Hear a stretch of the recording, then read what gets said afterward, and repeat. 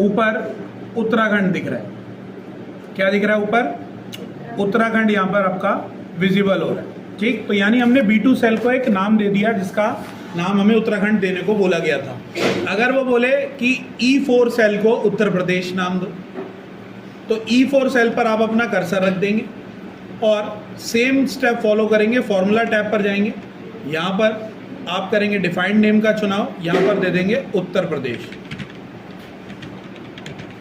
ये दे दिया हमने उत्तर प्रदेश, और इसका स्क्रीनशॉट दूंगा मैं जो बता रहा है कि E4 को आपने उत्तर प्रदेश नाम दे दिया। अगला स्क्रीनशॉट हम यहाँ पर इस तरीके से पेस्ट करा लेंगे। ठीक, ओके पर क्लिक करेंगे। अब उसका यूज़ फॉर्मूले में करने के लिए भी बोला है, या फॉर्मूले में यूज़ कर सकते हैं। तो दोस्त अब आप ऐसे सम करा सकते हो, इसे बराबर UTTARA उत्तराखंड आ गया प्लस उत्तर प्रदेश UTTARA उत्तर प्रदेश। तो उत्तराखंड का मतलब हो गया B2 और उत्तर प्रदेश का मतलब हो गया E4। तो आपने सेल का नाम चेंज कर दिया और अब आप उन नाम का प्रयोग किसी फॉर्मूले में भी कर सकते हैं। कैसे? बराबर प्रोडक्ट, प्रोडक्ट किसके लिए होता है? गुणा के लिए। उत्तराखंड, उत्तराखंड कॉमा उत्तर प्रदेश ब्रैकेट बंद। इसका मतलब क्या है? कोई पढ़ेगा तो घूम जाएगा। स्क्रीनशॉट देना है, उत्तराखंड और उत्तर प्रदेश डिफाइन नेम की मदद से डिफाइन कीजिए और उनकी गुणा कराइए प्रोडक्ट फंक्शन की मदद से। इसका स्क्रीनशॉट लगेगा। इसमें साफ साफ पता लग रहा है कि आपने डिफाइन कर दिए हैं B2 और E4 को, और जैसे ही मैं एंटर प्रेस करूंगा तो 6 दूनी 12 आपको देखने को मिला। और फॉर्मूला बार में भी आपको ऊपर फॉर्मूला दिख रहा है, चेक करें।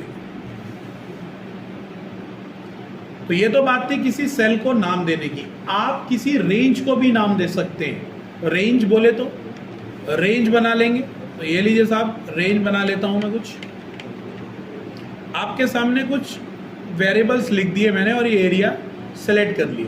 मैं पूरी सिलेक्टेड सेल्स को रेंज बनाना चाहता हूं, तो सिंपल डिफाइन नेम में जाऊंगा, नीचे पूरे डिफाइन नेम का एड्रेस आएगा।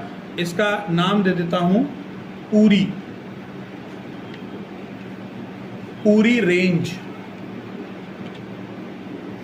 और ओके पर क्लिक किया। तो ये क्यों मना कर रहा है सिंटेक्स? क्योंकि आप किसी भी नेम को डिफाइन करेंगे तो उसके बीच में स्पेस नहीं देंगे। मैंने पूरी स्पेस रेंज दे दिया, इसलिए उसने फॉर्मूला को रन नहीं कराया। अगर मैं इनके बीच का स्पेस हटाऊंगा और ओके करूंगा, ये नाम ले लेगा। तो अब आप समझिए, रेंज सेलेक्ट करी थी, इस पूरे का नाम हो गया पूरी रेंज। एक का नाम तो वही है, लेकिन अब आपको सम कराना है, सम ब्रैकेट पूरी रेंज। तो पूरी रेंज लिखकर मैं ब्रैकेट बंद करूंगा तो आपको समझ में आ रहा है ना, जिसका नाम हमने दिया था वो पूरी रेंज सेलेक्ट हो गई। सिर्फ एक नाम देने से एंटर मारूंगा, सबको जोड़ दे। हाँ, वो एक प्रकार का फॉर्मूला आपने खुद क्रिएट कर लिया। ठीक, और यहाँ पर और ऑप्शन है। कौन कौन से ऑप्शन क्या क्या काम करेंगे मैं बता देता हूँ। यहाँ से नाम दे सकते हैं, यहाँ से आपके द्वारा बनाए गए नेम को एडिट व डिलीट किया जा सकता है, जो आपके द्वारा बनाया गया है। ठीक, एडिट कर सकते हो, डिलीट कर सकते हो, नया बना सकते हो। और यूज इन फॉर्मूला, आप मान लीजिए बनाने के बाद भूल गए फॉर्मूले का नाम, तो आप यहाँ से डायरेक्ट बना दो प्रोडक्ट, बस फॉर्मूला लिखो और यहाँ से यूज इन फॉर्मूला पूरी रेंज को लेना है, उत्तराखंड को लेना है, उत्तर प्रदेश को लेना है, पूरी रेंज ले लो। पूरी रेंज आ गया, ब्रैकेट बंद करके एंटर मार दो, सबकी गुणा कर दी। तो जो आपके द्वारा बनाए गए फॉर्मूले वहाँ दिखेंगे। क्रिएट फ्रॉम सिलेक्शन में आप टॉप रो को बना सकते हैं। ये 4 ऑप्शंस दिए हैं कि टॉप को बनाना है, लेफ्ट कॉलम को बनाना है, बॉटम रो को बनाना है, राइट कॉलम को बनाना है। आप किसी को भी इन सारी रेंज को सेट कर सकते हो, पूरी पंक्ति सेलेक्ट हो जाएगी। तो डिफाइन नेम की मदद से आप किसी सेल को या फिर किसी रेंज को क्या बना सकते हैं? नाम दे सकते हैं, और उसका यूज फॉर्मूले में भी कर पाएंगे। आ रही बात समझ में? नहीं आ रही? तो जैसे हम वो करते थे ना, वी लुकअप करा था, वी लुकअप में रेंज सेलेक्ट करनी पड़ रही थी, तो रेंज को सेलेक्ट करके डिफाइन नेम दे दो, समझ गए? और फिर वो एक नाम देने से पूरी रेंज ऑटो सेलेक्ट हो जाएगी। आ रही बात समझ में? नहीं? ठीक।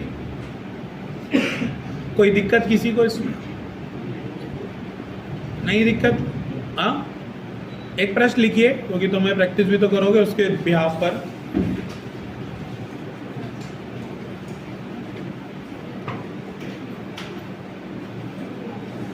MS एक्सेल की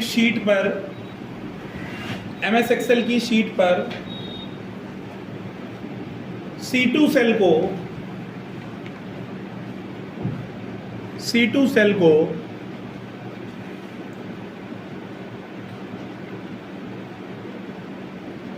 APS 2024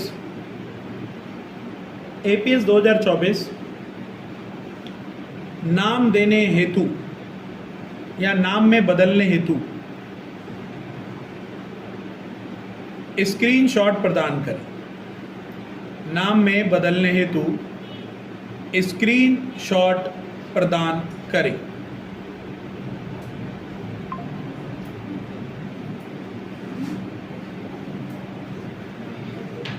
आंसर लिखिए साहब। Step number 1,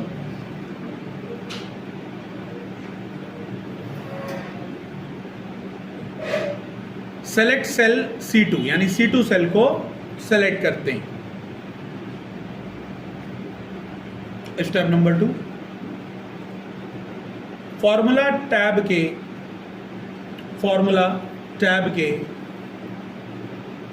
formula auditing group defined name group में फॉर्मूला टैब के डिफाइंड नेम ग्रुप में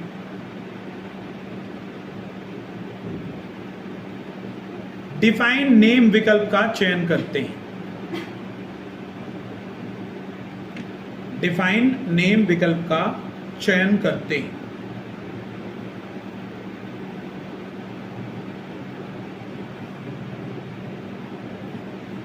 जिससे न्यू नेम का डायलॉग बॉक्स ओपन होता है।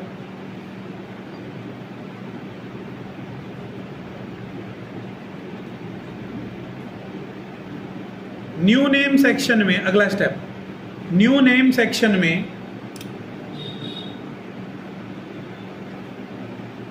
न्यू नेम का डायलॉग बॉक्स ओपन होता है, लिख लिया।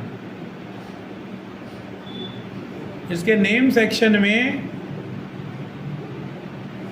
APS 2024 लिखकर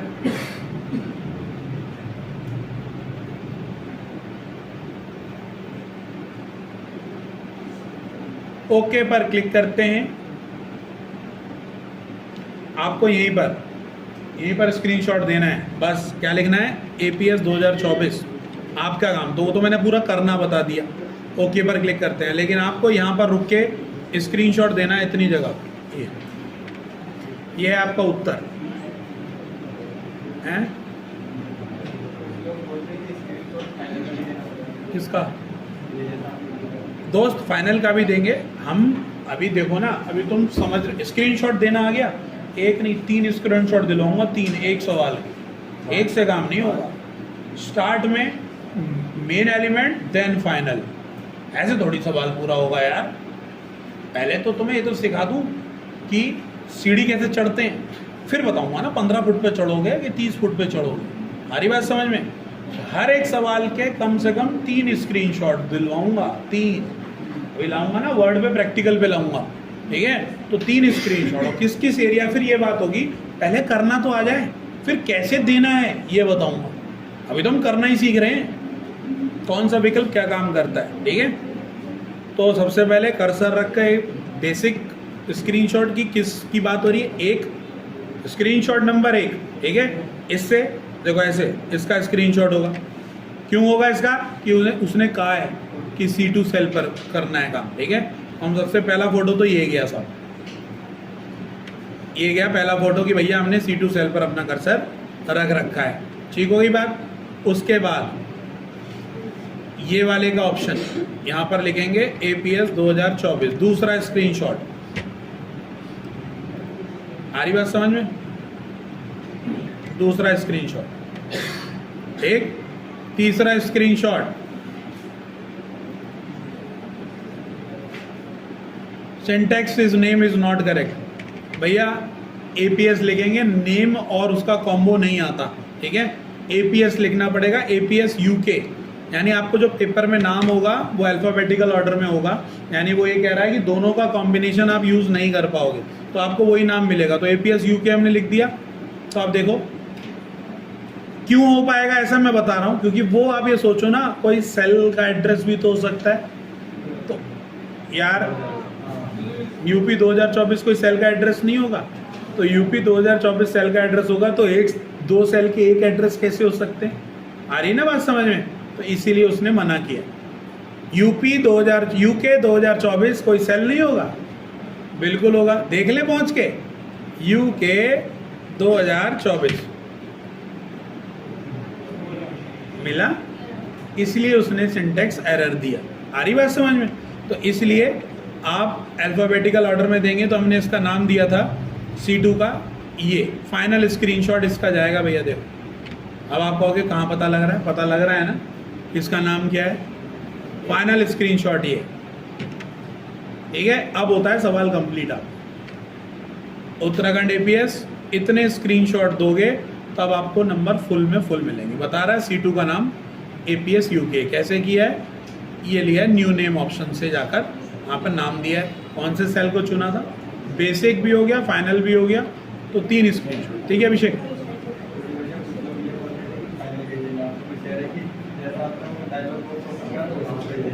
दुनिया बोलती रहे फाइनल का हम 3 देंगे, सबके मुंह बंद, सबके मुंह बंद हो गए। जो ये बोल रहा था फाइनल के देंगे उसका भी बंद, जो ये बोल रहा था डायलॉग बॉक्स का देंगे उसका बंद। आप प्रैक्टिस में आ जाओ। आपको किसी साधारण आदमी को एक स्क्रीनशॉट देने में उतना समय लगेगा जितनी देर में तुम 4 दे दो, 5 दे दो, ठीक है? तो नहीं लगेगा समय। यार एक बात बताओ, 1.5 घंटा है, 1.5 घंटा कितना मान रहे हो एक सवाल पर? एक सवाल का समय बराबर कितना? 20 क्वेश्चन। अरे 20 क्वेश्चन होंगे ना, 20 पंजे तभी तो 100 होते हैं। 20 क्वेश्चन, तो एक के लिए समय बताओ कितना कैलकुलेट करा? 1.5 घंटे के हिसाब से, यानी 90 मिनट। 90 मिनट हो गए ना 1.5 घंटे का मतलब, तो लगभग 4 साढ़े 4 मिनट। 2-2 मिनट के क्वेश्चन है, 2-2 मिनट, 2-2 मिनट, है ना? जो अपनी प्रैक्टिस में ब्रिलियंस कर लेगा वो 20 मिनट में पेपर कर देगा। 20 मिनट में, हाँ इससे ऊपर पेपर नहीं है, 20 मिनट में पेपर हो जाएगा 100%। 20 मिनट, हाँ। और प्रैक्टिकली तो कह रहा हूँ, थ्योरी नहीं, प्रैक्टिकल हो जाए। 20 मिनट में प्रैक्टिकल कर लोगे आप अपना। ठीक हो गया? अब बात कर लेते हैं formula auditing. Formula auditing group heading डाल दीजिए, और उसमें पहले 2 हेडिंग डालेंगे, ट्रेस प्रेसिडेंट और ट्रेस डिपेंडेंट। ट्रेस प्रेसिडेंट और ट्रेस डिपेंडेंट।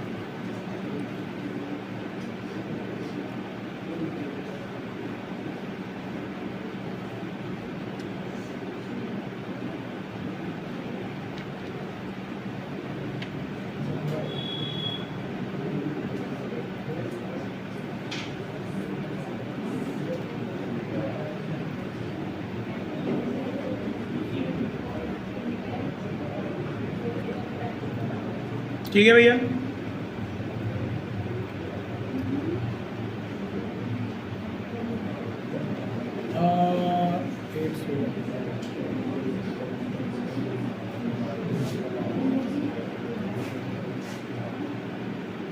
लीजिए साहब, प्रश्न लिखिए सबसे पहले।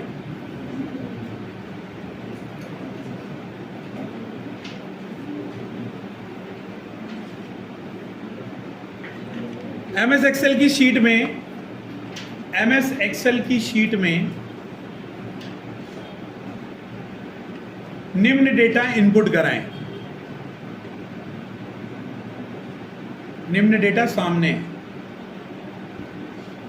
निम्न डेटा इनपुट कराएं। कौन से सेल पर क्या इनपुट कराना है आपके सामने लिखा है, नोट करिए।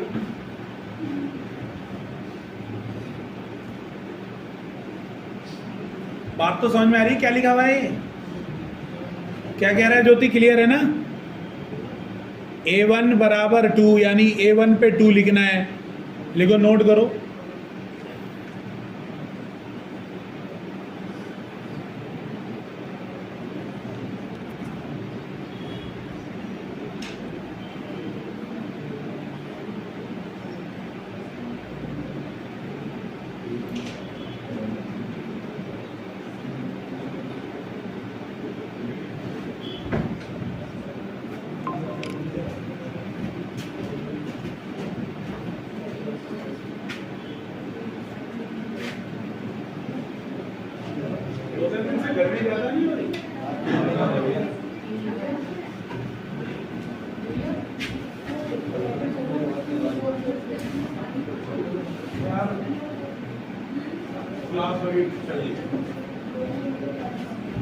वो आपके जान पहचान के आपके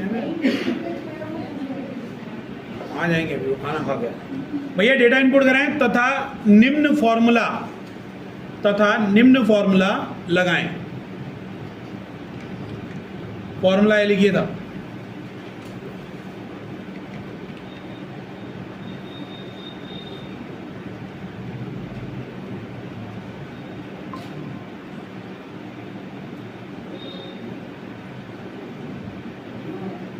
ये दोनों तथा निम्न फॉर्मूला लगाएं।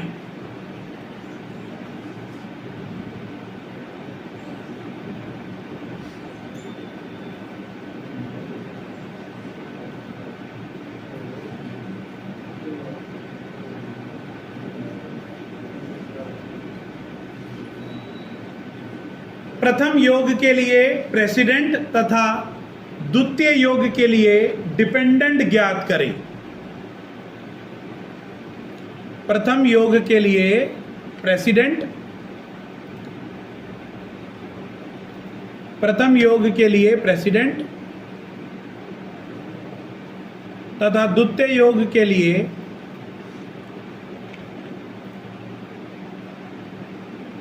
डिपेंडेंट ज्ञात करें।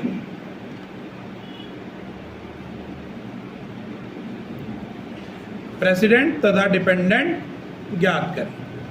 तो भैया सबसे पहले तो आपको समझना है कि प्रेसिडेंट और डिपेंडेंट होता क्या है ना। अब कहने का तात्पर्य है, इसके आधार पर डेटा इनपुट आप ऐसे कर लोगे। देखो डेटा मैंने इनपुट यहाँ पर कर दिया, चेक करो आपकी कॉपी में जो डेटा है क्या उसी स्थान पर डेटा मैंने मेंशन किया है क्या, कोई डेटा बचा हो तो बता दो।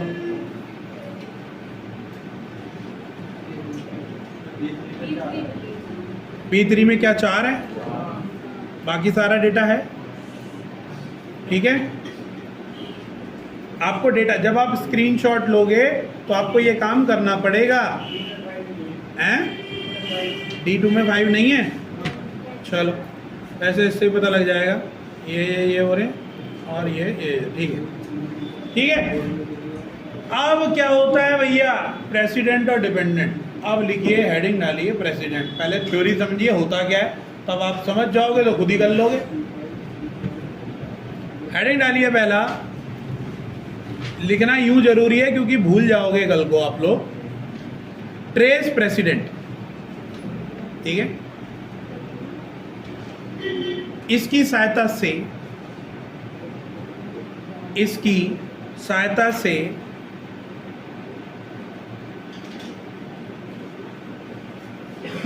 हम योग वाले सेल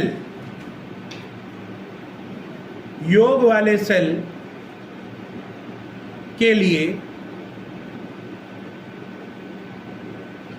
यह ज्ञात कर सकते हैं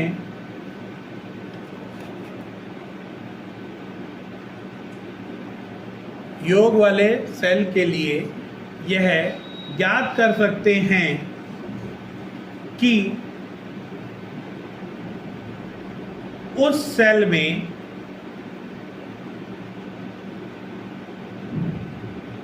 किन अन्य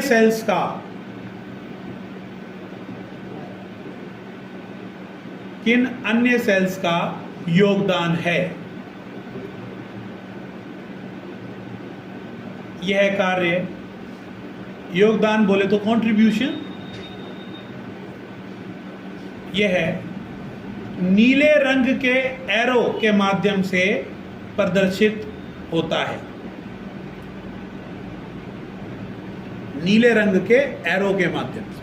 तो देखिए, अगर आपको अब प्रेसिडेंट समझ लिया, तो योग वाले सेल से जब आपको ज्ञात करना है कि भैया 30 का जो योग आया है वो ऐसे ही तो आया है, इन लोगों को जोड़कर ये फॉर्मूला लगाना था।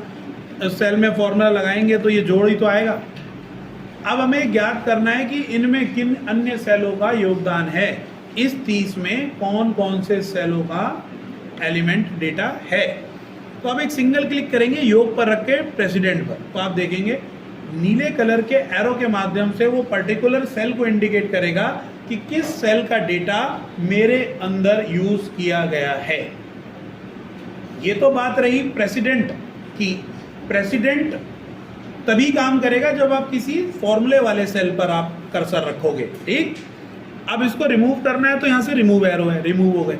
लेकिन अगर आपको पूछना है किसी एक निश्चित वेरिएबल वाले सेल से, कॉमन सेल से, ये तो हो गया फॉर्मूला सेल से प्रेसिडेंट के माध्यम से, यदि किसी कॉमन सेल से पूछना है कि आप किसके योग पर डिपेंडेंट हैं, निर्भर हैं, किसी के योग पर निर्भर हैं, डिपेंडेंट है, तो ट्रेस डिपेंडेंट का चुनाव करेंगे तो ये अपने बारे में बताएगा कि साहब मैं निर्भर हूं 30 पर भी और 28 पर भी। चेक कर लें तो दोनों में एड्रेस दिखेगा F1 का। दिख रहा है नहीं दिख रहा? अगर हम किसी और सेल के लिए पूछते कि भैया हाँ तुम कहाँ डिपेंडेंट हो, तो भैया वो बताएगा कि मैं सिर्फ 28 पर डिपेंडेंट हूँ। समझ रहे हैं बात को? अगर इससे पूछे हाँ भाई 28 तुम योग हो, तुम अन्य कितने सेल्स के रिलेशन में हो, तो प्रेसिडेंट बताएंगे कि इतने सेल्स में यूज कर रहा हूं अपने आप को 28 कायम रखने के लिए। एक एक करके भी एरो रिमूव कर सकते हैं। प्रेसिडेंट रिमूव करने, प्रेसिडेंट, डिपेंडेंट रिमूव करने हैं तो डिपेंडेंट, सभी रिमूव करने हैं तो एक साथ सभी रिमूव हो जाएंगे। तो अगर किसी फॉर्मूले वाले सेल से पता करना है कि आपके अंदर किन अन्य सेल्स का योगदान है, जैसे अभी हमने लास्ट ये किया था ना, फॉर्मूला लगाया था कहीं पर, ये कहाँ पर लगाया था हमने, जहाँ पर यूपी और वो किया था हमने, यहाँ पर किया था। अब भैया इस योग वाले सेल से पूछना है कि आप किस पर वो हो, कौन से सेल आप पर वो है, प्रेसिडेंट हैं, जो आपके पीछे कौन कौन है, या आप 12 कैसे बने, वो बताएगा मैं 12 ऐसे बना। आ रही बात समझ में? अगर हम पूछेंगे हाँ भाई तुम्हारा योगदान कहाँ है, तुम डिपेंडेंट हो किसी भी फॉर्मूले पर, तो वो बताएगा कि मैं इन 3 पर डिपेंडेंट हूँ, मेरा यूज 8 वाले सेल पर भी हुआ है, तो दूसरे 8 पे भी हुआ है और 12 में भी बता रहा है, ठीक है। तो अगर फॉर्मूला वाले सेल से पता करना है तो चुनेंगे ट्रेस प्रेसिडेंट, और अगर किसी एक single freedom cell, free cell से पूछना है कि तुम्हारा किसी फॉर्मूले में यूज हुआ है, तो वो इंडिकेट करेगा कि उसका यूज किस फॉर्मूले में हुआ है, तो वो होता है डिपेंडेंट, निर्भरता, मैं निर्भर हूं इस फॉर्मूले पर। हमारी बात समझ में नहीं? क्योंकि अगर ये निर्भर नहीं होता, अगर ये मान लीजिए कि तुम किस पर निर्भर हो, उन्होंने कहा जी मैं 9 हूं तब ये 30 है और तब ये 28, अगर मैं 9 नहीं तो ना ये 30 रहेगा और ना ये 28 रहेगा। लेकिन कभी भविष्य में मेरा पीछे भूतकाल में मेरा यूज हुआ था तो उसकी छवि रहती है, मतलब हिस्ट्री रहती है कि कभी उसका यूज किया था, भले ही उसका डिलीट हो गया डेटा, और उसका डेटा डिलीट हुआ तो भाई टोटल भी वो नहीं रहा जो टोटल था। तो ये इंडिकेशन होता है, ब्लू कलर से इंडिकेट करेंगे। तो आपको स्क्रीनशॉट कैसे देना था सवाल का, आपको स्क्रीनशॉट को जिस प्रकार से देना था, 30 को आपको प्रेसिडेंट से, फर्स्ट स्क्रीनशॉट ये था आपका, प्रिंट स्क्रीन मारा, वर्ड में गए, ये था आपका आंसर प्रेसिडेंट का, प्रेसिडेंट। और रही बात डिपेंडेंट करने की, जिसके बाद डिपेंडेंट का सवाल था हमारा, तो वो रहा डिपेंडेंट पर क्लिक करेंगे। इसके लिए इसका ही चुनाव क्यों किया, क्योंकि आपके सवाल को देखकर पता चल जाएगा कि 2 कॉमन वेरिएबल हैं तो दोनों को इंडिकेट करेगा, तो जो कॉमन है उसको चुनेंगे, नहीं तो आप किसी भी एक को चुन सकते हैं। F1 कॉमन है ना दोनों में, तो F1 पे रख के डिपेंडेंट का चुनाव करेंगे तो डिपेंडेंसी बताएगा। इसका भी स्क्रीनशॉट लगेगा और आप इसको पेस्ट कर लोगे अपने वर्ड के डॉक्यूमेंट। ये रहे साहब आपके आंसर उत्तराखंड APS वाले। बात समझ गए? रिमूव कर दोगे तो रिमूव हो जाएगा, ठीक। आ जाएगा ये सवाल, प्रेसिडेंट और डिपेंडेंट ज्ञात करने हैं। तो अब ये तो पता होना चाहिए, सवाल ऐसे ही आएगा, वो कहेगा भैया डिपेंडेंट ज्ञात करो, प्रेसिडेंट ज्ञात करो। अब कर्सर कहाँ रखना है, तो बच्चे को नो होना चाहिए। ये नोन किसको होना चाहिए? स्टूडेंट को। आप 9 पे रखकर प्रेसिडेंट पर क्लिक कर रहे हो, आपको एरर देगा, और आप जोड़ पे रख के डिपेंडेंट पे क्लिक कर रहे हो तो एरर देगा। आप कहोगे हाँ हमसे नहीं काम, उल्टा कर रहे हो तो कहाँ से काम होगा? कर्सर किस विकल्प के लिए कहां रखना है, दैट्स द इंपॉर्टेंट थिंग। आप योग वाले सेल पर कर्सर रखकर और डिपेंडेंट पे क्लिक कर रहे हो तो एरर देगा, और आप एक सिंगल फ्री सेल पर कर्सर रखकर आप क्लिक कर रहे हो प्रेसिडेंट पर तो एरर देगा, क्योंकि आप उल्टा काम कर रहे हैं। भैया यहाँ पर जब कर्सर रखेंगे तो डिपेंडेंट पे क्लिक करेंगे, और यहाँ पे जब कर्सर रखेंगे तो प्रेसिडेंट पे क्लिक करेंगे, दोनों काम होंगे आपके। आ रही बात समझ में? तो बिल्कुल माइंड सेट से काम करना है, क्योंकि एक बार एरर देने का मतलब है आपके कान गर्म होना, बाल खड़े होना कंती के, होपलेस हो जाता पेपर में। थोड़ी देर में सीटी बजने लगती है कान में, क्योंकि वो आपका भविष्य चल रहा होता है जिसके लिए आप लगे होते हो। ये ह्यूमन नेचर है जो मनुष्य के साथ घटता है। पेपर के प्रेशर में ऐसा होता है, ठीक है? पेपर के प्रेशर में हर मनुष्य के साथ डिफरेंट हरकतें होती हैं।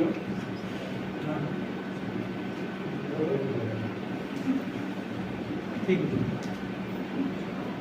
ठीक है। अच्छा, तो सबके साथ अलग अलग होता है। मेरे तो कान गर्म हो जाते हैं जब भी कोई ऐसी कंडीशन हो। हैं? हाथ कांपने लगता है। हाँ, आगे और कुछ तो नहीं कांपता। अगला लिखिए भैया।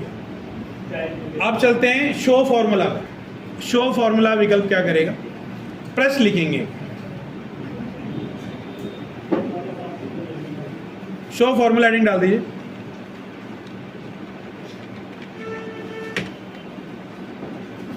शो फॉर्मूला, शो फॉर्मूला के लिए एक प्रश्न है, लिखिए। एमएस एक्सेल की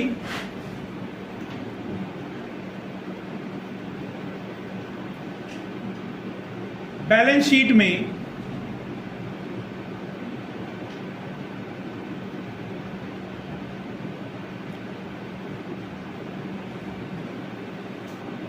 उपरोक्त सभी फॉर्मूले को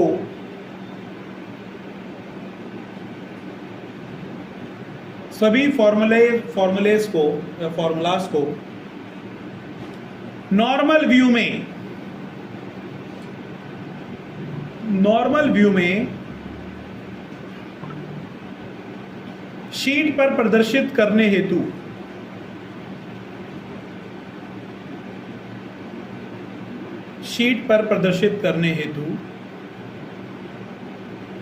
स्क्रीनशॉट प्रदान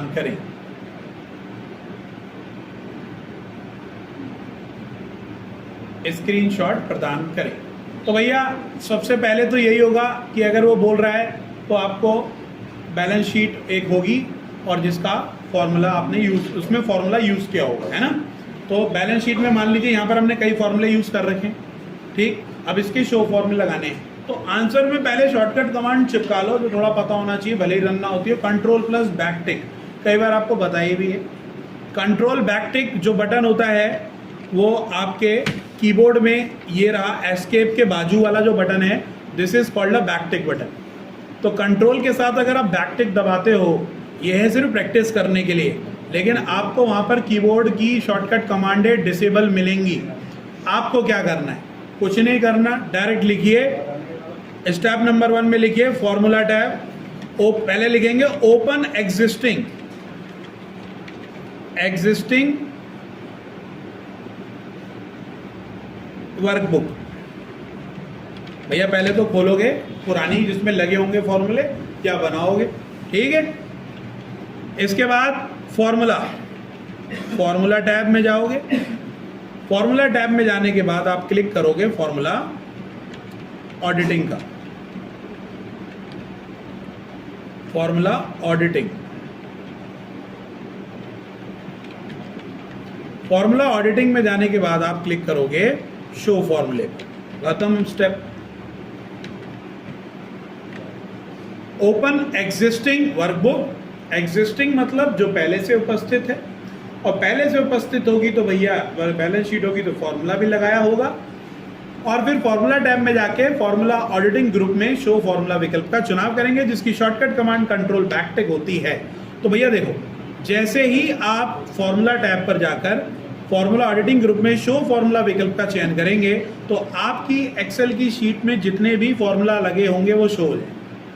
और शो करके दिखा देता हूँ। जैसे मान लीजिए हमने यहाँ पर एक सम का फॉर्मूला लगा दिया, यहाँ पर लिख दिया मैंने ये कॉमा ये ब्रैकेट बंद, एंटर, बराबर प्रोडक्ट का फॉर्मूला लगा दिया था, आप लीजिए प्रोडक्ट ये कॉमा ये ब्रैकेट बंद, एंटर, ठीक है। इन दोनों को सिलेक्ट करा, ऑटो सम पे चले गए, एवरेज निकाल लिया, एवरेज निकल लग गया यहाँ पर, कहीं पर कर्सर रख के यहाँ पर काउंट कर लिया, लीजिए काउंट, एंटर। तो बहुत सारे फॉर्मूले लग गए। तो आप कहाँ जाएंगे, फॉर्मूला पर जाकर शो फॉर्मूला का चयन करेंगे तो आपकी देखेंगे जहाँ जहाँ पर आपने फॉर्मूले यूज़ किए थे, नॉर्मल व्यू है ये, नॉर्मल व्यू पे आपके फॉर्मूले शो हो रहे हैं। देन विंडो के साथ प्रिंट स्क्रीन, वर्ड पर आके आप क्या कर देंगे, पेस्ट हो देंगे, सिंपल। क्योंकि डिफ़ॉल्ट रूप ये होता ही नहीं है, फॉर्मूले कभी दिखते ही नहीं, तो हमेशा ऐसा रखता है calculative movement, control backtick, height show, height show, height show, ठीक है। ये रहा बैक। कोई दिक्कत किसी को शो फॉर्मूला से? रिया क्लियर है बात? ठीक, अगला प्रश्न लिखिए।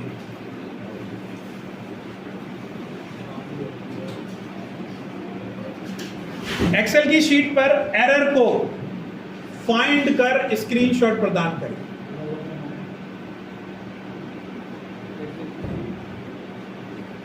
एमएस एक्सेल की शीट पर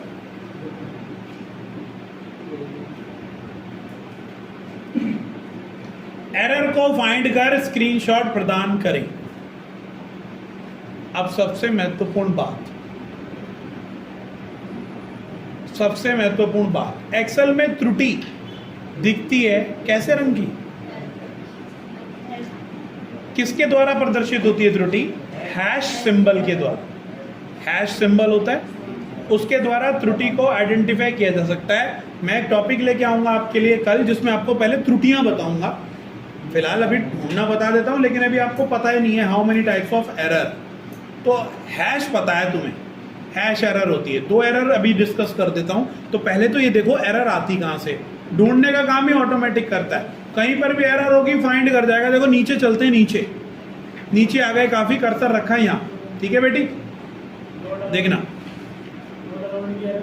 है जी, नॉट अलाउड वो सब आएगी, NA आएगी, हैश डिव, हाँ हैश वैल्यू, सारी एरर, 5 मुख्य एरर है, सारी बताऊंगा, वो अलग टॉपिक है।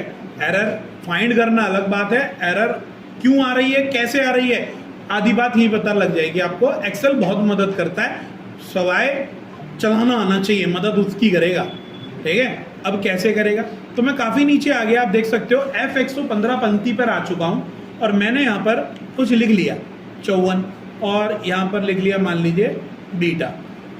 यहाँ पर मैं एक फॉर्मूला लगा रहा हूँ, बराबर ये प्लस ये, यानी एक अल्फाबेट को एक नंबर्स के साथ जोड़ने की कोशिश है मेरी। जैसे ही एंटर मारूंगा हैश वैल्यू एरर देगा। हैश वैल्यू का मतलब है कि आपने जिस डेटा टाइप का प्रयोग किया है वो डेटा टाइप सही नहीं है, जोड़ने के लायक नहीं है। किसी नंबर को मैं अल्फाबेट के साथ, मेरी औकात नहीं है जोड़ने की, एक्सेल ये कह रहा है। अब ये ढंग से भी कहेगा, पूरा लिख के देगा, अभी मैं बताता हूँ आपको कैसे होगा। थोड़ा सा इंटरनेट की भी आवश्यकता पड़ेगी हमें इसके लिए, तो साथ में ध्यान रखिएगा कैसे मदद कैसे ली जाती है। तो नेट ऑन रखिएगा आप अपना, मैं फिलहाल फटाफट नेट के लिए ऑन कर देता हूँ, ठीक है। हमारा यहाँ पे नेट कनेक्टेड हो रहा है, हो जाएगा। अब इसके बाद मैं काम और करता हूँ, बराबर 54 को भाग देने का मन कर रहा 0 से, तो एंटर मारा तो उसने हैश डिव एरर दे दी। आप कहोगे ये एरर तो आ गई, हैश से इतना पता लग रहा है ये एरर है। ऊपर आ जाते हैं, गलती कर दी है, दो गलती कर दी, ऊपर आ जाते हैं, सबसे ऊपर है ना, यहाँ पर, यहाँ रखता हूँ मैं कर्सर, ठीक। फॉर्मूला टैब के फॉर्मूला ऑडिटिंग ग्रुप में एरर चेकिंग पर क्लिक करते हैं। जैसे ही एरर चेकिंग पर क्लिक करूंगा तो पहली एरर पे पहुंच गया शीट की, सीधे वहीं पर जहां पर हैश वैल्यू लिखा था। और सुनो, एक डायलॉग बॉक्स ओपन हुआ, साथ में डायलॉग बॉक्स था एरर चेकिंग का। क्या बता रहा है कि भाई साहब रुको, आपने गलती करी है G115 सेल पे, आपने इन दोनों रेफरेंस को ऐड कराने की कोशिश करी है जिसमें ये त्रुटि पाई गई। क्या बोल रहा है, a value used in the formula is of the wrong data type. तो रॉन्ग डेटा टाइप का मतलब है कि आपने जिन डेटा का इस्तेमाल किया है वो जोड़ने योग्य नहीं है, कह रहा है। तो हम कहेंगे नहीं आई बात समझ में, मदद करो, तो help on this error button पर जैसे ही आप क्लिक करेंगे तो ये आपको सीधे वेब ब्राउजर पर लेके जाएगा। ये आपको हेल्प करने की कोशिश करेगा और ये आपको वेब ब्राउजर में लेके जाएगा और मदद करेगा। खुल जा भाई, खुला कहीं वेब ब्राउजर? क्या लोड हो रहा है?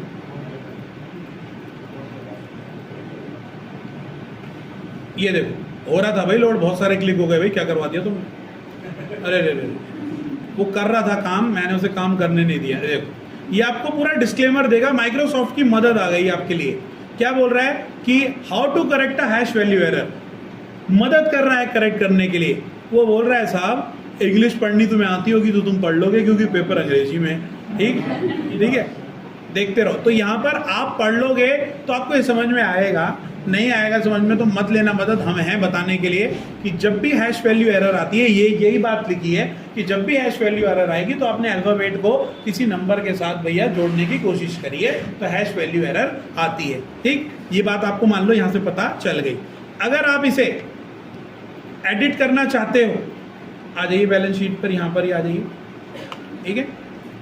अगर आप इसे रिज्यूम करते हैं, इसे एडिट करना चाहते हैं तो एडिट पर क्लिक करेंगे तो ये बताएगा यहाँ पर आप कृपया करके वैल्यू को चेंज कर लीजिए, यहाँ की वैल्यूज को, समझ रहे हो। तो बीटा के स्थान पर कोई नंबर आप अगर इनपुट करोगे तो आपका करेक्शन ठीक आएगा, अदरवाइज नहीं। ये 54 कर दिया मैंने तो आप देखोगे 108 कर दिया। रिज्यूम करोगे अब वो चेक करेगा कि दूसरी एरर पर आ गया, वो देखो इतनी देर में पहली एरर ठीक हुई, दूसरी पे आ गया। क्या बोल रहा है, इसमें आपकी गलती है। क्या गलती है भैया? भैया ये formula function which is dividing by zero और एम्प्टी सेल, हम कहेंगे मदद कर दो। जैसे ही आपने हेल्प पर क्लिक किया आपको फिर ले गया और इस बार तो आपको फोटो भी दी है कि ऐसी ऐसी हरकतें करोगे तो ऐसी ऐसी एरर दूंगा। आप 1 को 0 से भाग करोगे और अगर आप A2 को A3 से भाग करोगे और A3 में देखो क्या है, यानी नॉन एम्प्टी सेल का मतलब भी 0 ही होता है। अगर आप क्वाड्रेंट का यूज करोगे तो भी क्वाड्रेंट मतलब जिसका शेषफल 0 है तो भी मतलब 0 से भाग करने पर एरर दूंगा हैश डिव। ठीक, अच्छा था, सही कैसे होगा ये काम? तो आप करेंगे, मदद आपको मिल गई, अब आप करेंगे रिज्यूम करके इसको एडिट इन फॉर्मूला बार, एडिट इन फॉर्मूला बार पर क्लिक करोगे, फॉर्मूला बार पे ले गया तो भैया 0 से मत कराओ यार, भाग 4 से करा लेते हैं। और जैसे रिज्यूम करेंगे आपका error check is complete, entire sheet okay, खत्म। इधर देखो भाग भी हो। तो एरर को ढूंढने का काम जो है वो एरर चेकिंग विकल्प का है, एरर चेकिंग, जो आपकी एरर ढूंढेगा भी, आपको आपकी गलती बताएगा, आपकी क्या गलती है उसका सॉल्यूशन भी बताएगा और उसको ठीक करने के लिए आपको फॉर्मूला बार पर भी लेके जाएगा। तो स्क्रीनशॉट जो देना है वो पता है किसका देना है? जो एरर चेकिंग का जो बॉक्स आया था इसका ए स्क्रीनशॉट लगेगा मेरे भाई, इसका। ये आपको पूरी बात बता रहा है कि आपकी गलती क्या है, गलती क्या है, पूरी बात बता रहा है। स्क्रीनशॉट यहाँ पर एरर फाइंड करनी है ना, आपने एरर फाइंडिंग के साथ साथ ये भी बता दिया कि क्या गलती है, इसका लगेगा साथ स्क्रीनशॉट। ठीक है, तो जब गलती पता होगी ठीक तभी तो होगी। हाँ जी, हाँ जी, गलती जब पता होगी तो ही तो ठीक होगी। एक लड़का एक लड़की से सॉरी मांगता है, क्यों? उसे अपनी गलती का एहसास हो, ऐसे थोड़ी वो नाराज हो जाती है ना, सॉरी तभी तो बोली जाती है। समझ में आ रही बात? चलिए लिखिए जरा, open existing workbook,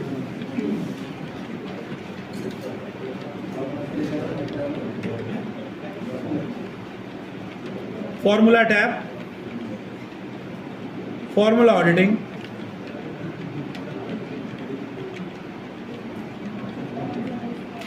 formula auditing group, error checking.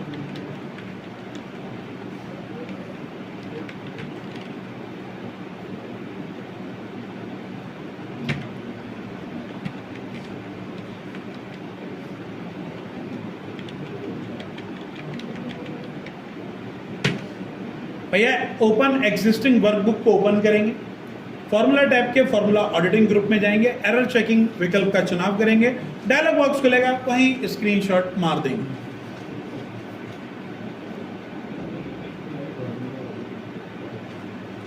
आपको एरर बताऊंगा, एनए एरर है, not allowed, hash div error थी का, हैश रेफ एरर है, रेफरेंस का जब एरर होता है, और हैश वैल्यू एरर है। एरर्स का टॉपिक लाऊंगा जिसमें सारी एरर बताऊंगा, ठीक है। 2 एरर तो चलो पता लगेगी, हैश वैल्यू कब आता है और हैश डिव कब आता है। 0 से कभी भी किसी संख्या को भाग दोगे, हैश डिव एरर आएगा, ठीक। लिखिए साहब,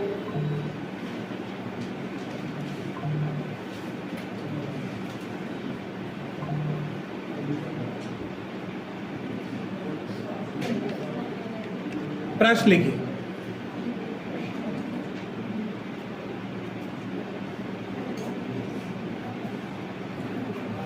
A1 बराबर 2, A2 बराबर 3, A2 बराबर A1 बराबर 1, A2 बराबर 3, B1 बराबर 4, B2 बराबर 6, ठीक। ये आपको सवाल दिया जा रहा है, मान लीजिए सम ब्रैकेट, जैसे उत्तराखंड एपीएस में सवाल आता है ना वैसा, एक रुक जाओ 1 मिनट बस, अल्ट इक्वल टू ये लिखो पहले तो इतना लिख लिया। हाँ ये सब लिखना है, सवाल है ये पूरा।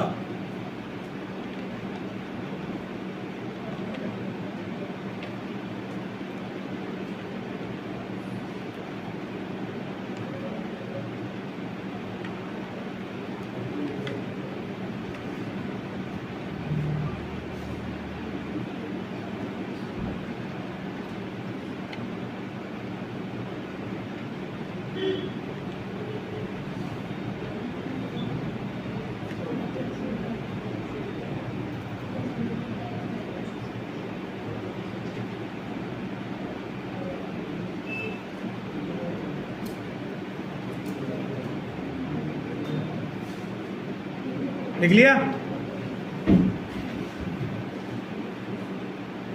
इस प्रश्न के फॉर्मूलाज को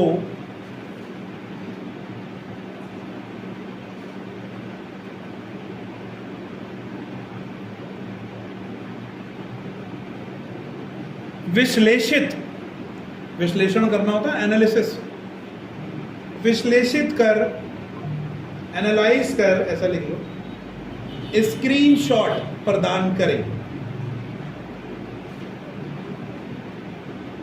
सीधा भी दे सकता है, विश्लेषित कर स्क्रीनशॉट प्रदान करें, सीधा भी आंसर क्वेश्चन दे सकता है। निम्न आंकड़ों को, अगला इसी का और करके लिख लो, दूसरा प्रश्न कैसे आएगा, इन आंकड़ों को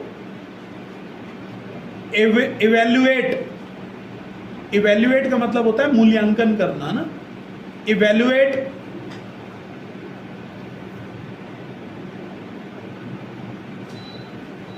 करने हेतु स्क्रीनशॉट प्रदान करें।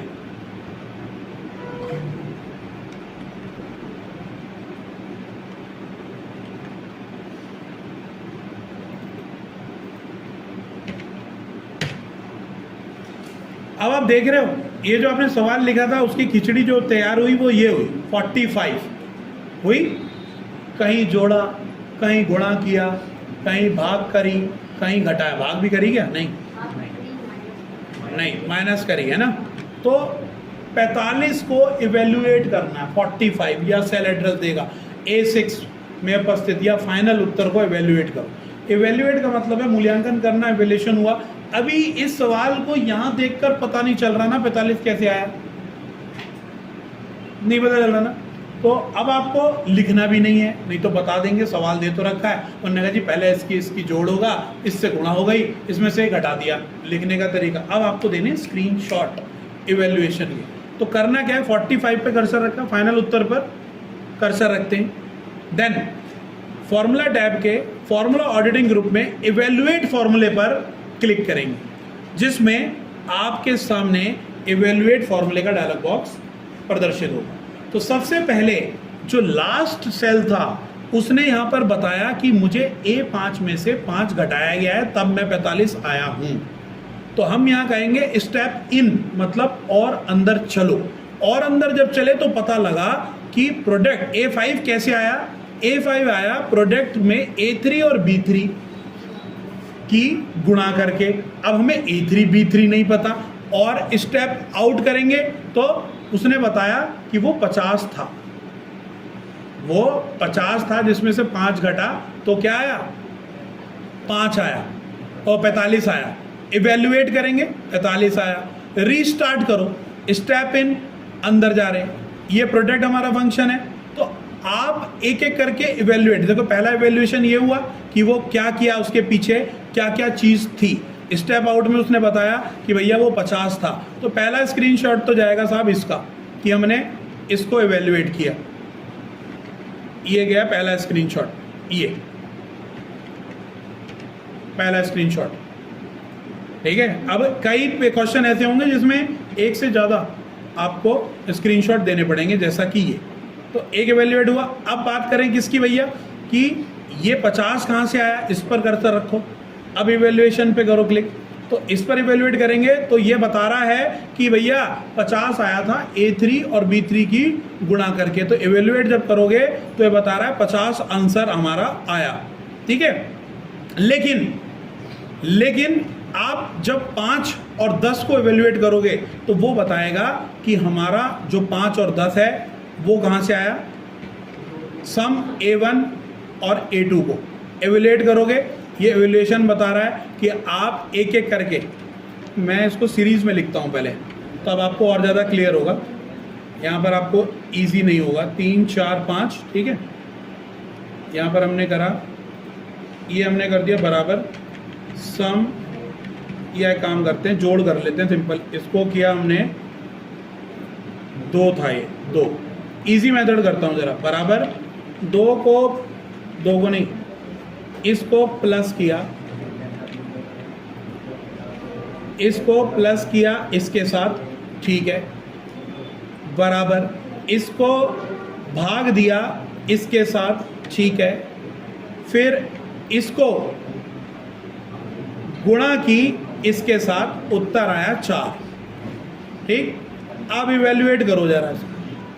तो इसने बताया D6 की D1 से गुणा की, स्टेप इन, उससे पीछे का स्टेप, स्टेप इन, उससे पीछे का स्टेप, स्टेप इन, उससे पीछे का स्टेप। उसने बताया शीट 1 में D1 में 2 रखा था, D5 में फॉर्मूला लगाया।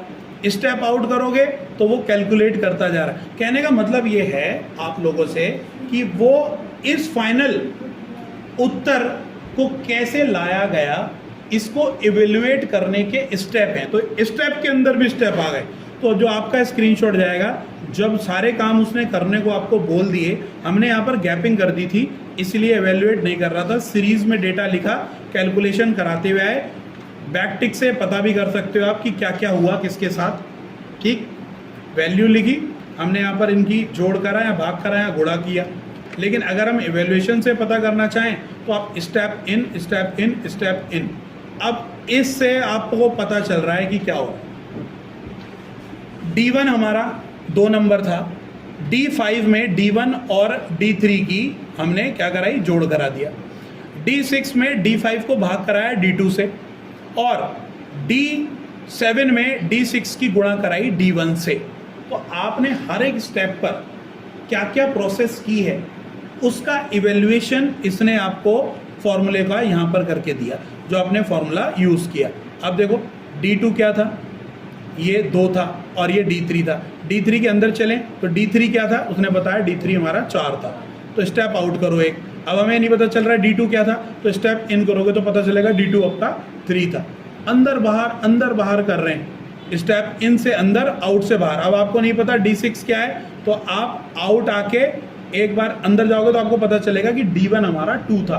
तो हर एक सेल में क्या डेटा था, स्टेप इन स्टेप आउट से आप पता कर सकते हो, और उस फॉर्मूले को एवेल्युएट कर सकते हो कि उस फॉर्मूले का पूरा विश्लेषण कर दिया किसकी किसके साथ गुणा हुई वो क्या था। दोबारा समझो, देखो एक बार, थोड़ा सा कॉम्प्लिकेटेड है लेकिन समझ में आएगा। इवेल्युएट फॉर्मूला, भैया ये आया है D6 को गुणा करा है D1, ना आपको D6 पता ना आपको D1 पता, ठीक। तो एक स्टेप अंदर चलते हैं, स्टेप इन। तो उसने कहा इसके बाद क्या हुआ, उसके बाद हुआ D5 से D2। लेकिन अगर हम इसी का पता करना चाहेंगे कि भैया ये क्या क्या एलिमेंट था, तो इसे इवेल्युएट पर क्लिक कर दोगे तो वो बता देगा कि किसकी गुणा हुई है किससे। आ रही बात समझ में? नहीं, वो खुद बता देगा। जिसका भी देखना है, इस पर आ गए, इस फॉर्मूले में इसका देखना है कि ये क्या है, तो अंदर चलो ना, इसके अंदर चलोगे तभी आपको बताएगा कि ये क्या था। इवेल्युएशन से इवेल्युएट करोगे, 4 आया, D6 आया, इवेल्युएट करना चाहते हो इसे, ये 2 था, ये 2 हुआ, 2 करा, 4 आ गया, ये था स्टेप इन। इसके पहले क्या हुआ, भाग हुई, इसके पहले क्या हुआ, D1 से D2 प्लस हुआ, इसको इवेल्युएट करो तो D1 2 था और D3 3 था। तो आप ऐसे आइडेंटिफाई कर सकते हो कि हमने जो फॉर्मूले लगाए हैं उसका सेल पर किस चीज का प्रयोग किया है। कुल मिलाकर, हेलो,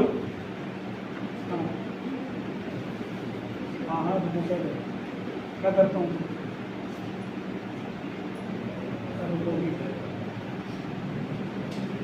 तो देखो थोड़ा सा कॉम्प्लिकेटेड होगा तुम लोगों को, बात समझ में आई क्या हो रहा है। हर एक स्टेप में क्या प्रोसेस हो रहा है। आप कहोगे सर इतनी टेंशन क्यों दे रहे हो, इसका दे दें स्क्रीनशॉट। यार आपकी सवाल की डिमांड ये नहीं है, आपकी सवाल की डिमांड है इतनी, आप इतना समझना, इस पर क्लिक करना, इवेल्युएट फॉर्मूले पे क्लिक करना, step in step in step in, तब तक क्लिक करना जब तक पूरा ना खुल जाए। पूरा खुल गया बस इसका स्क्रीनशॉट दे देना, ध्यान देना। जब पूरा खुल गया, किसके बाद क्या स्टेप फॉलो हुआ है, ये है आपके स्टेप का मूल्यांकन करना। और ये तभी होगा कि जब आप उनका इस्तेमाल पीछे से करते हुए आ रहे हो। ऐसा नहीं कि आपने ऊपर गुणा किसी कर दी, नीचे किसी कर दी, एक दूसरे से इंटरलिंकिंग होगी तभी तो इंटरलिंकिंग बताएगा कि फाइनल उत्तर किन किन का यूज करके आया है, तो ये बता रहा है। और किसी का भी डेटा आपको चाहिए तो आप उस पर क्लिक भी कर सकते हो और स्टेप इन में जाओगे तो वो बताएगा कि वो डेटा क्या था।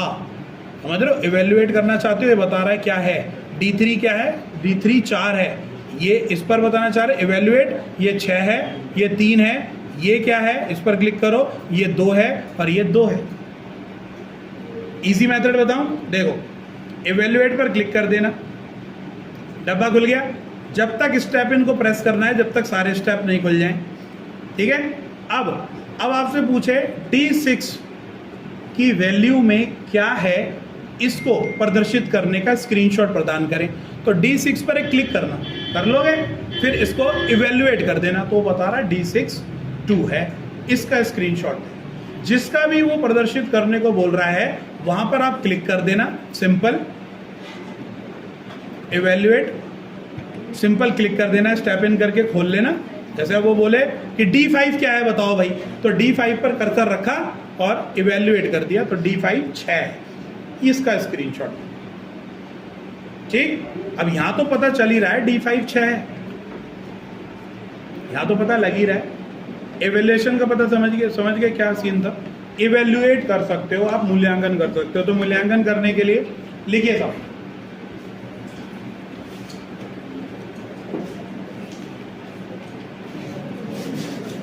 फाइनल योग पर कर्सर रखकर, फाइनल योग पर कर्सर रखकर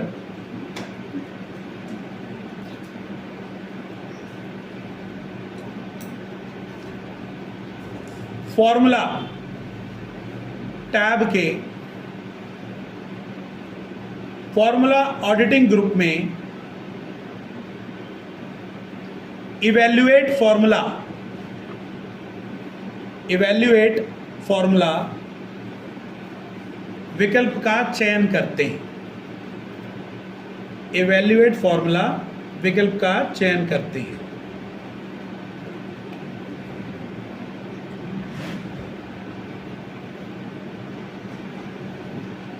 इवेल्युएट, अगला step, evaluate formula dialog box में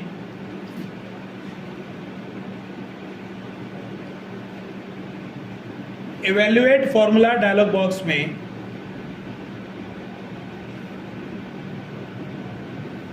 स्टेप इन बटन की सहायता से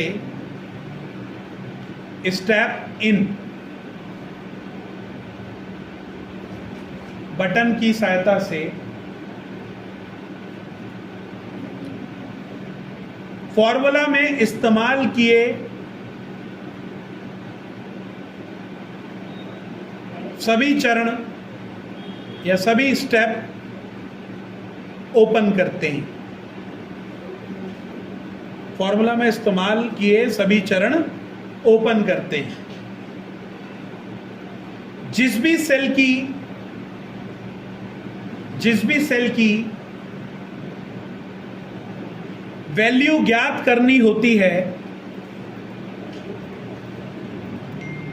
जिस भी सेल की वैल्यू ज्ञात करनी होती है उस पर क्लिक करके इवेल्युएट बटन का चयन करते हैं। उस पर क्लिक करके इवेल्युएट बटन का चयन करते हैं।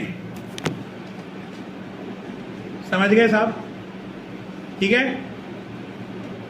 अगर वो बोले सबको इवेल्युएट करो तो आप करोगे step in step in step in step in करके खत्म कर लोगे, मतलब स्टेप इन करके पूरे स्टेप खोल दोगे। लेकिन अगर वो बोल रहा है आपसे पर्टिकुलर सेल का डिजिट पूछ रहा है तो आप उस पर कर्सर रखोगे, इवेल्युएट कर दोगे। D2 को भी जानना है तो इवेल्युएट कर दोगे, इसका स्क्रीनशॉट दे दोगे। आपको स्क्रीनशॉट लेना है इसका सिंपली और अपने वर्ड में आकर क्या कर देना है, सिंपली उसे पेस्ट कर देना। आगे बात समझ में इस तरीके से। तो भैया ये आपका खत्म हुआ फॉर्मूला ऑडिटिंग ग्रुप।